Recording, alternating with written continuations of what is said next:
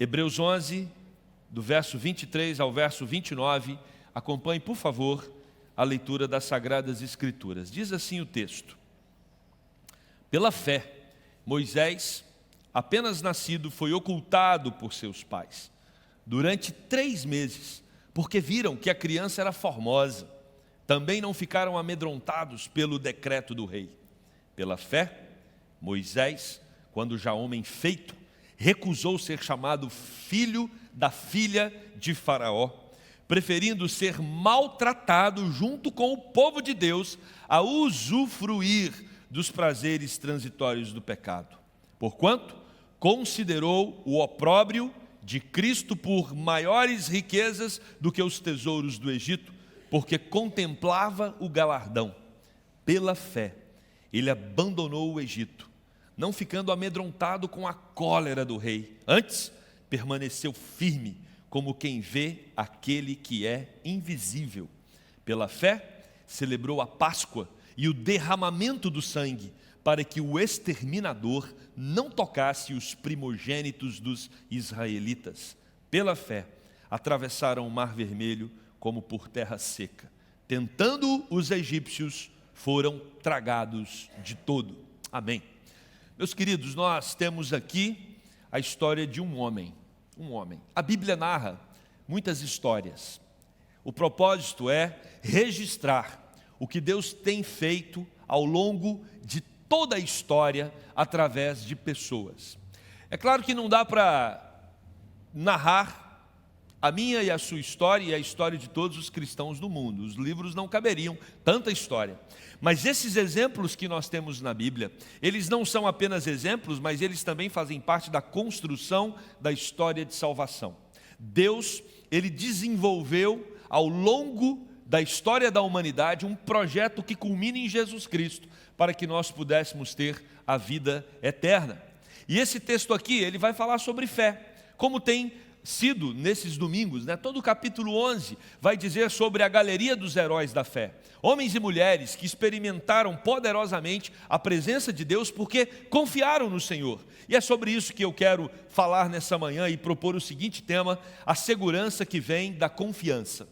A segurança que vem da confiança. Abraão e Moisés, eles têm destaque nesse capítulo 11.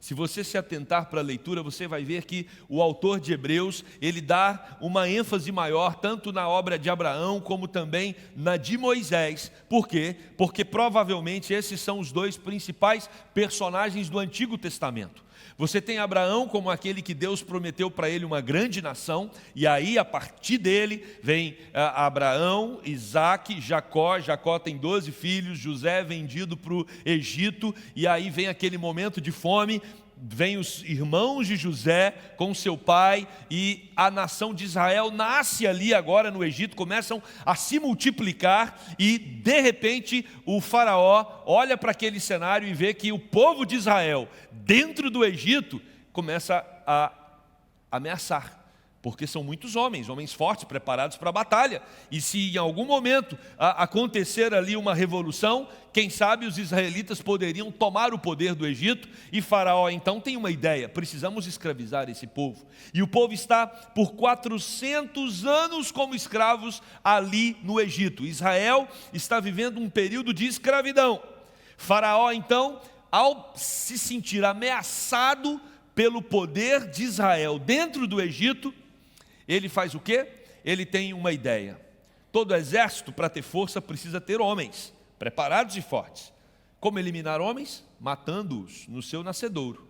Então, Faraó, ele tem uma ideia: vamos matar todos os homens, todos os meninos que nascerem do povo de Israel. Eles serão mortos. As crianças, já nos primeiros dias, serão eliminadas, para que Israel não tenha um exército forte. Que curioso. Vocês já viram isso acontecer em outro momento da história? Quando Jesus nasce, Herodes fica furioso, ele teme, porque ele ouviu dizer que havia nascido quem? O rei dos judeus. E aí ele manda matar todas as crianças também, Só que em sonho, José e Maria são avisados, e eles então saem de Israel para proteger Jesus Cristo. Então essa era uma estratégia comum da época. Lembre-se, Faraó estava matando as crianças do povo de Deus. Ok.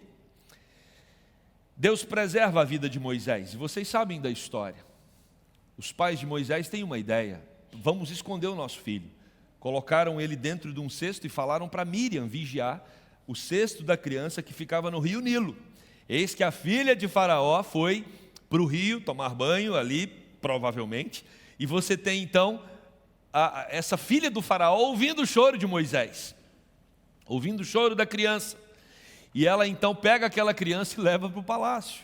Ou seja, uma criança que estava condenada à morte, de repente está dentro do palácio. E ela dentro do palácio, alguém informa aquela princesa que o bebê precisava ser alimentado, precisava de leite. E alguém diz, mas eu sei alguém que pode alimentar essa criança. E aí foram atrás de quem? Joquebede, a mãe do próprio Moisés. Então Moisés estava vivendo no palácio e recebendo o leite da própria mãe. A mãe então tem contato com ele ali nos seus primeiros anos de vida. Atos capítulo 7, versículo 22, vai dizer o seguinte: e Moisés foi educado em toda a ciência dos egípcios e era poderoso em palavras e obras. Moisés foi educado como um príncipe, era um homem refinado, era um homem que tinha acesso a toda a educação daquele momento, daquele contexto, daquela época. Era um homem, como diz o texto, poderoso. Afinal, era um príncipe também, não é? Poderoso em palavras e em obras. Só que ali, nós não podemos esquecer que Moisés, mesmo estando no palácio, ele tinha ciência que pertencia ao povo de Israel.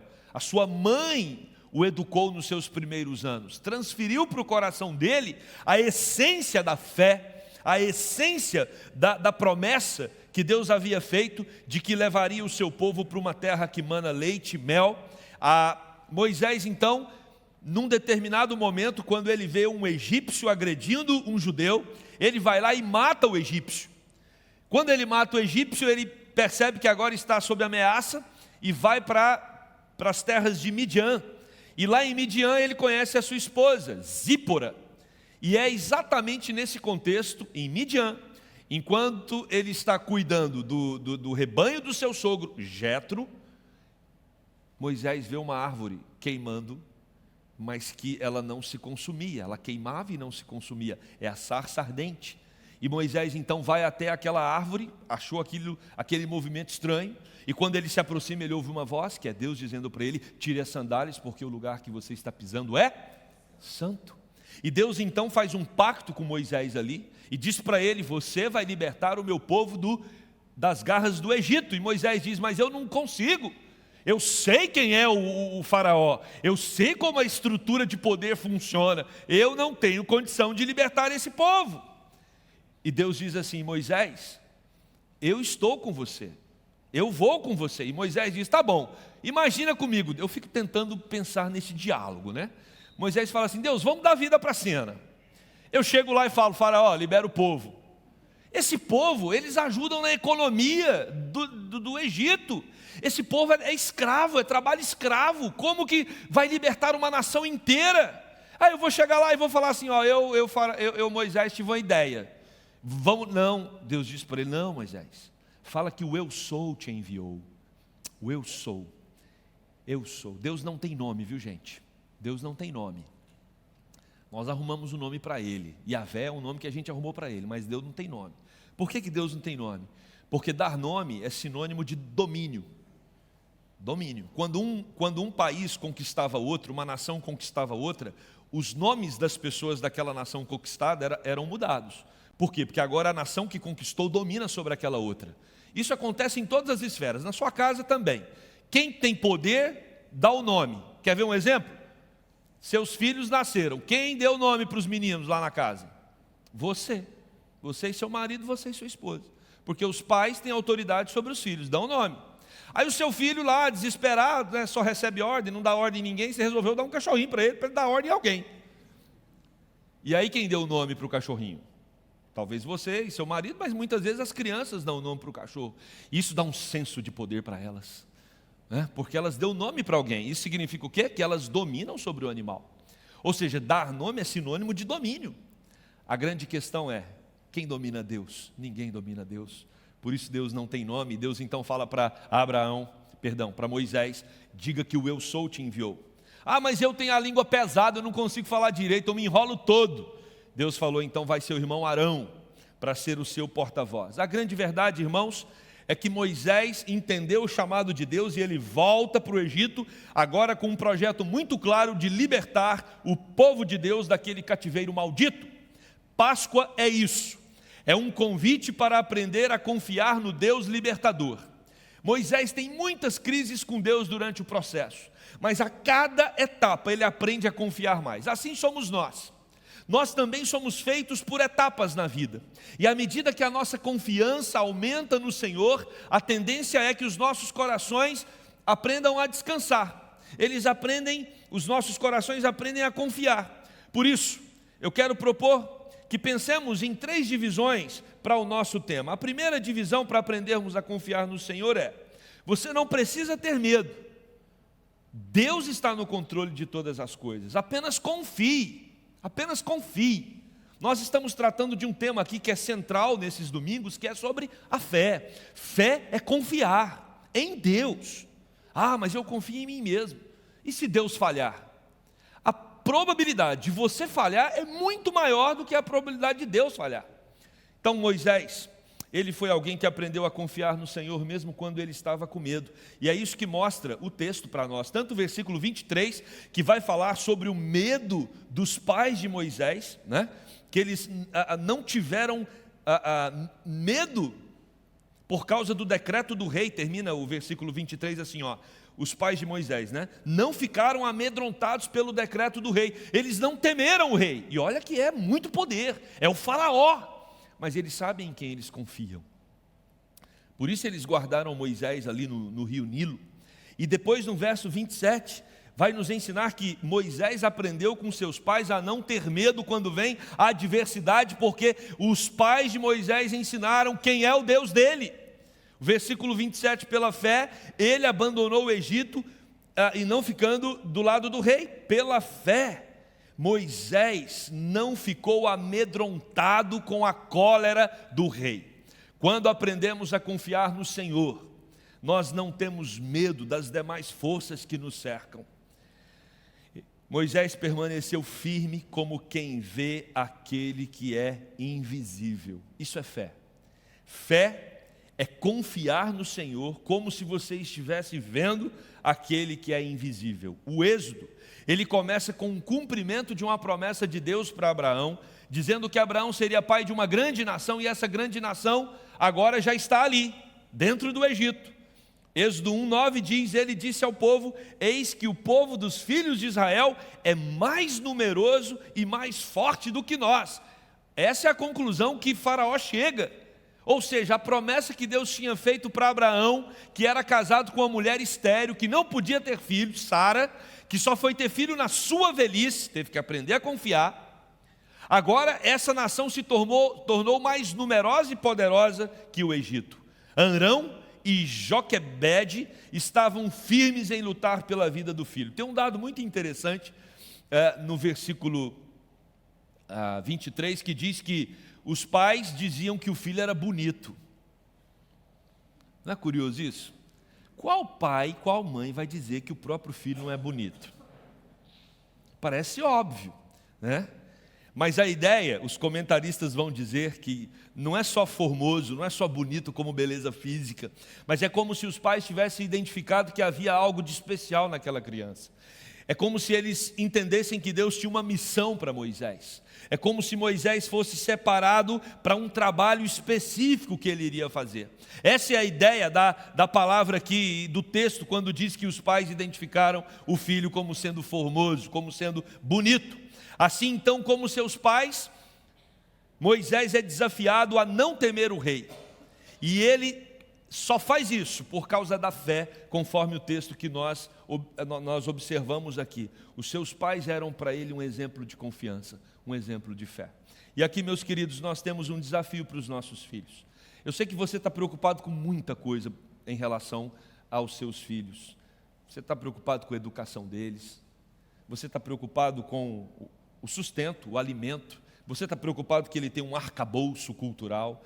Talvez você também esteja preocupado para que ele fale outras línguas, seja um cidadão do mundo, capaz de viajar e talvez fazer um intercâmbio, morar fora. Ou seja, nós temos muitas idealizações, muitos projetos para os nossos filhos e nós queremos que eles consigam ir além de nós.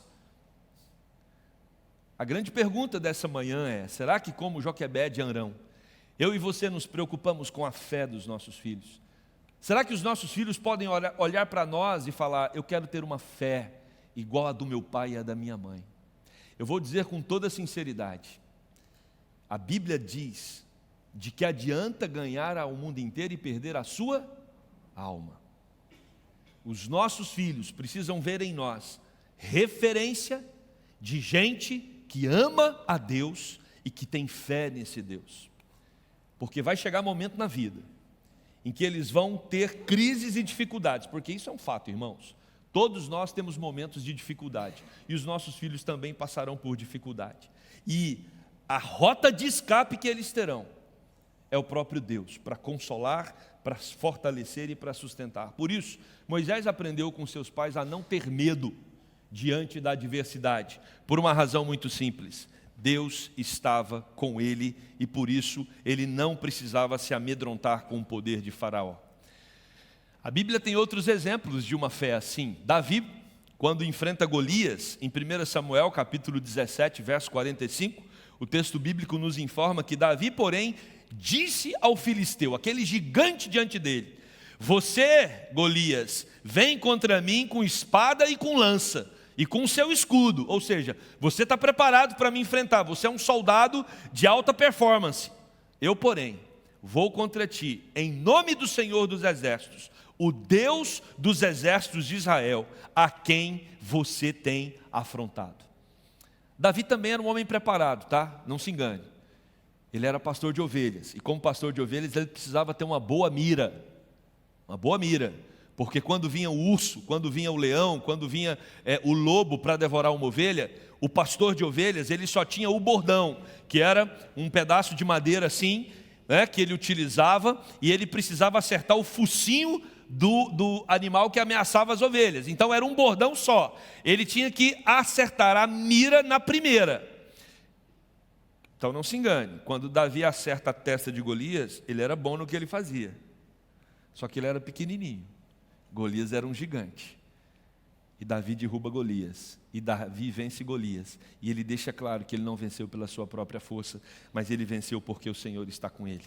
Então, meus irmãos, quando nós confiamos no Senhor, nós dissipamos todo o medo, nós podemos ficar tranquilos que quando a adversidade aparecer, o Senhor estará conosco, e o Senhor será a nosso favor, o Senhor vai se mover na nossa direção e nos auxiliar. Segunda coisa que nós aprendemos, é Deus quem orienta as nossas decisões, por isso, confie. O texto vai dizer que Moisés, pela fé, quando já homem feito, ele recusou ser chamado filho da filha de Faraó. Ele preferiu ser maltratado junto com o povo de Deus. Meus queridos, ele preferiu o sofrimento do povo de Deus do que viver num lugar glorioso, que era o palácio. Spurgeon, ele vai comentar esse texto e vai dizer o seguinte: ó Moisés, se você tem de se juntar a Israel, não há recompensa presente para você. Você nada tem a ganhar, mas tudo a perder. Você tem de fazer isso por puro princípio, por amor a Deus, por uma total convicção da verdade, pois as tribos não possuem honras nem riqueza para conceder para você. Você receberá aflição, e isso é tudo. Você será chamado de tolo, e as pessoas vão achar que elas têm razão de fazer isso. Moisés tinha duas opções: ou sofrer com o povo de Deus, ou viver as benesses do palácio. Qual escolha nós faríamos se nós estivéssemos no lugar de Moisés? Nós lutamos tanto para tentar uma cadeira no palácio, nós nos esforçamos tanto para nos destacar nas nossas profissões, nós queremos tanto o reconhecimento social, e de repente você tem aqui na Bíblia um homem que tinha tudo isso: glória, riqueza, e poder. Mas depois que ele teve um encontro com Deus, ele abriu mão de todas essas coisas para viver junto com o povo de Deus em sofrimento e aflição. Guarda isso. Para fazer uma escolha dessa, é só pela fé. É só se você tiver uma convicção profunda de que Deus falou ao seu coração. Ele cresceu no palácio, atento a todas as questões políticas. Ele conhecia as estratégias que Faraó usava, o poder de Faraó. Mas por outro lado, ele também conhecia a história do povo de Deus. Ele sabia quem era Yahvé, e ele sabia que Yahvé era o Deus verdadeiro. E foi Yahvé quem falou ao coração dele: você vai libertar o meu povo. Então, o que Moisés tem para escolher é ou a glória deste mundo, que é efêmera e passageira, ou a glória eterna e o convite de Deus para uma missão que ele estava sendo convocado. Meus irmãos, Moisés escolheu a missão que Deus estava dando para ele, porque ele estava focado, como diz o texto, no galardão, na ressurreição eterna. Romanos 8,18 vai dizer, o apóstolo Paulo: porque para mim, eu tenho por certo que os sofrimentos do tempo presente não podem ser comparados com o quê? Com a glória a ser revelada em nós. O que Moisés nos ensina é que quando nós tivermos dois caminhos, e sempre teremos muitas vezes um caminho, uma proposta de regalia, uma proposta de, às vezes, ter acesso a muitos recursos, a cargos maravilhosos, mas teremos que abrir mão dos valores de Deus. O outro caminho é muitas vezes não escolhermos aquilo que estão nos oferecendo, termos uma vida mais simples, uma vida às vezes mais limitada financeiramente, mas sem negociar princípios e sem negociar a fé. Vivemos num país, irmãos, onde as pessoas lutam para ter as regalias que não lhes pertencem. Nós sabemos disso. Quando você se apropria de uma riqueza, através da mentira, através do engano, através da trapaça, você pode usufruir dessa riqueza por uma vida toda, mas você vai ter consciência de que aquilo não te pertence. Isso vai torturar a sua alma. Mas você pode viver, às vezes, com muito menos do que viveria sem vender os seus princípios, os seus valores, mas com paz no coração.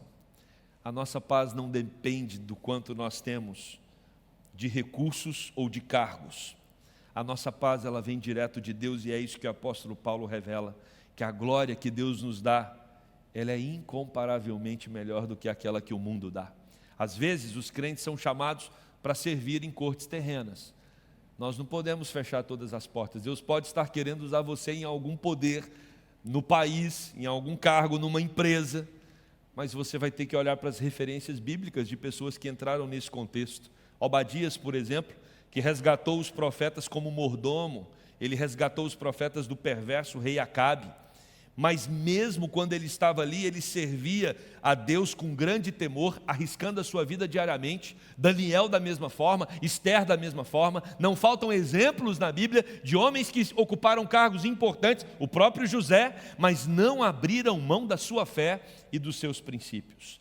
A grande questão é, quando você tiver que fazer uma escolha, escolha andar com Deus pela fé. Deus vai fazer grandes coisas na sua vida. Quando nós observamos o Novo Testamento, Natanael, ele traz o seu irmão Filipe para conhecer a Jesus, lá em João 1, 45. E Filipe então encontrou a Natanael e disse-lhe: achamos aquele de quem Moisés escreveu na lei e a quem se referiram os profetas, Jesus, o Nazareno, o filho de José. O autor de Hebreus vai dizer que Moisés se considerava o opróbrio de Cristo, por maiores riquezas do que os tesouros do Egito. Ou seja, por que Moisés escolheu andar com Deus, escolheu ouvir a voz de Deus? Porque Moisés estava focado em Cristo.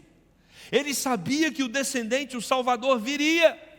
E aí, Filipe, então, quando encontra Natanael, ele fala exatamente sobre isso. Moisés escreveu na lei sobre o Messias, o Salvador. Olha só o que Cristo diz aos judeus lá em João capítulo 5, Verso 46, porque se de fato cresceis em Moisés, também creríeis em mim, porquanto ele escreveu a meu respeito. Meus irmãos, a história de Moisés, ela prefigura a história de Cristo. Moisés tinha uma vocação específica, Cristo também. Moisés foi o libertador do povo do Egito, Cristo é quem nos liberta. Moisés foi aquele que liderou o povo em momentos de tempestades, de dificuldade, de provação. É Cristo quem nos orienta nos nossos momentos de tempestade, de dificuldade e de provação. Ou seja, o que Moisés faz no Antigo Testamento é ser um protótipo daquele que seria maior e que viria no futuro. Moisés estava alinhado com os ensinamentos de Cristo. Olha o que Jesus diz nas bem-aventuranças: bem-aventurados sois quando por minha causa vos injuriarem, vos perseguirem e mentindo disserem todo mal contra vós. Regozijai-vos e exultai, porque é grande o vosso galardão nos céus, pois assim perseguiram aos profetas que viveram antes de vós. Bem-aventurados quando você sofrer a hostilidade daqueles que blasfemam e odeiam a sua fé. É difícil ser hostilizado, ninguém gosta de ser hostilizado, e nós estamos num momento na história, talvez no Brasil, em outros lugares também, que existe um certo prazer de um grupo em hostilizar a fé cristã. Isso está acontecendo em muitos desfiles de carnaval. Isso está acontecendo agora com uma charge que foi feita nessa Páscoa, não sei quantos viram, Cristo crucificado e o soldado dizendo: bandido bom é bandido morto. Eu refleti muito sobre essa charge quando eu a vi. Confesso que eu não fiquei tão nervoso como alguns cristãos ficaram. Até porque quem fala bandido, aquele soldado representava toda uma população que gritava crucifica-o. Aquele soldado representa uma população que soltou Barrabás, que era o verdadeiro bandido. Aquele soldado representa uma população que defende bandido e crucifica justo. E na verdade Jesus, quando ele está ali pendurado na cruz, ele não é só um bandido não, ele é um maldito, porque ele levou sobre ele todos os nossos pecados. Essa charge não representa em nada o fato em si, o fato é muito pior. Jesus leva sobre ele toda a nossa maldição, é muito pior. Jesus não era só um bandido não, Ele é o nosso Salvador, que pegou tudo de pior que nós temos e levou sobre Ele na cruz. E eu tenho uma notícia ainda mais impactante. Jesus levou naquela cruz até os pecados dos bandidos que um dia creram nele. Ou seja, a cruz para nós, ela tem um significado muito profundo. Ele se tornou maldição em nosso lugar. Só espero que quem fez a charge e os que estão aplaudindo a charge entendam que foi por eles que Jesus morreu. Foi o pecado dos que creem que Jesus carregou. Que um dia eles possam crer em Jesus e entender que os pecados deles também estão lá, pendurados na cruz com Cristo. Isso é Páscoa. Páscoa é ter a consciência de que Ele pagou o meu pecado, Ele levou a minha dívida. Por isso, não se preocupe quando vos injuriarem, vos perseguirem, mentindo disserem todo mal contra vós. Quando você tiver que optar entre ser um homem segundo o coração de Deus e entre as benesses desse mundo, abrace a sua fé em Cristo Jesus. Por último, aprenda a confiar no Senhor a cada dia mais, porque o sangue dele nos libertou. Foi o que nós acabamos de falar. Versículo 28, pela fé celebrou a Páscoa e o derramamento do sangue para que o exterminador não tocasse nos primogênitos dos israelitas. A fé não dá ouvidos aos poderosos e ao mundo, mas somente a Deus. O sangue nas portas, lá no Egito, vocês se lembram que Deus, na última praga, disse para Moisés: Moisés, fala para o povo de Israel passar o sangue do cordeiro nos umbrais das portas, porque o anjo da morte vai passar a noite, todos os primogênitos do Egito vão morrer. Só vai ser salvo o primogênito das casas que tiver o sangue nos umbrais das portas. E aquele sangue, então, ele impedia, ele blindava a casa de receber a visita do anjo da morte. E o que nós temos então é que Faraó não suporta esse juízo de Deus, e ele então permite que o povo do Senhor seja liberto do cativeiro. E o povo de Israel então sai ali em direção ao deserto. O sangue nas portas, meus irmãos, é capaz de libertar o povo lá, mas o sangue nas portas não é capaz de libertar o povo da condenação eterna. Por isso Jesus é o nosso Cordeiro Pascal, como nos informa o apóstolo Paulo no capítulo 5, versículo 7 de 1 Coríntios, quando o texto diz assim: lançai fora o velho fermento, para que sejais nova massa, como sois de fato, sem fermento, pois também Cristo, nosso Cordeiro Pascal, foi imolado. João Crisóstomo, arcebispo de Constantinopla, do quarto século, ele diz o seguinte: se o sangue de um cordeiro era capaz de preservar a vida dos judeus lá na libertação do Egito, quanto mais o sangue de Cristo, borrifado em nossos corações, é capaz de nos libertar da morte eterna. Por isso, meus irmãos, mesmo que nos nossos dias o destruidor ainda se mova durante a noite para nos assombrar, estejamos, entretanto, armados com o sacrifício de Cristo, já que Deus nos trouxe para fora do Egito e nos tirou das trevas e da idolatria. Nós somos um povo livre, guardado, protegido, amparado, sustentado, blindado pelo sangue de Cristo, e ninguém pode nos tocar. É isso que a Bíblia nos coloca. Isso é paz para nós. Quem derramou o sangue vai cuidar de você em toda a sua trajetória. Esse é um raciocínio que o apóstolo Paulo desenvolve aos romanos. Se Deus, no seu amor infinito, foi capaz de enviar Jesus para morrer por você, Ele vai continuar certamente cuidando de você em todas as áreas. Quais são suas preocupações? Pastor, eu me preocupo muito com meu filho, com a minha filha, eu me preocupo com meu marido, com a minha esposa, com meus pais, eu me preocupo com o meu trabalho. Qual é a sua preocupação? Jesus cuida de todas elas. Ele cuida, porque Ele cuida de você. Ele te ama, e a prova do amor está no sangue derramado. Por isso que o versículo 29 termina dizendo: pela fé atravessaram o mar vermelho como por terra seca. Tentando os egípcios foram tragados de todo. O nosso Deus é o Deus que abre o mar para que o povo passe em terra seca. Você entrou aqui hoje com uma sensação de estar encurralado em alguma área da sua vida? Assim como estava Israel na Páscoa, quando foi liberto do Egito. Eles olhavam para frente e tinha um mar vermelho, olhava para trás e vinha um exército. E cada minuto que passava, o exército estava mais próximo, ou seja, a pressão só ia aumentando. Em alguns momentos da nossa vida a gente se sente assim. Parece que o espaço está cada vez menor, a pressão vai intensificando diante de nós, o desespero vai batendo, mas nunca se esqueça que quem está com você é o Deus Todo-Poderoso, que faz o mar se abrir.